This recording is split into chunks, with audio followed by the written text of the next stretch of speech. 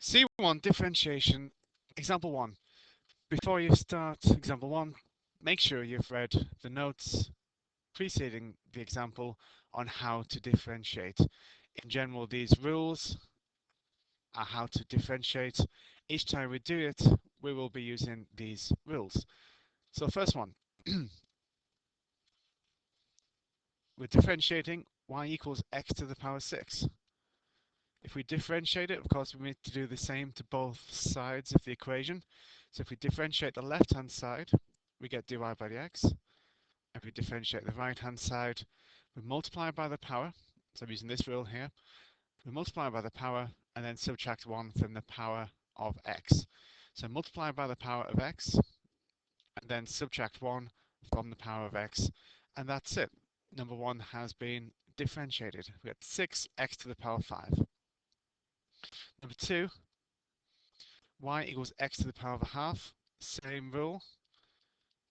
We look at the power of x and multiply by the power and then subtract 1 from the power. And if the power is a half and we subtract 1, we get minus a half. That's number 2 done. Number 3. Now I need to rewrite number 3 because it must be of the form y equals kx to the n before we differentiate. And you can clearly see this isn't of that form because x is in the denominator. And that's no good, so let's rewrite it. Now 1 over x is of course x to the power minus 1. Now it's in this format where k is effectively an invisible 1 and n is minus 1. We can now differentiate both sides of the equation. So the left will be dy by dx, and the right hand side multiply by the power of x and then take away 1 from the power of x, and the power becomes minus 2. One question left in this section, and that's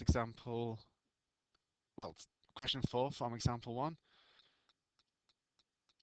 Y equals x squared over x to the power 5. Now once again, that's not in this format. We've got x's in the numerator and the denominator as well. So until it's in this format, we can't differentiate it. So let's put it in that format. Using the laws of indices, nothing more complicated than that, we can simplify this to x to the power minus 3. Of course, subtracting the powers, just using the laws of indices. So here the power is x to the minus 3, and now it's ready to differentiate. So differentiate both sides. On the left, dy by dx. On the right, multiply by the power, and then take away 1 from the power. And that's done.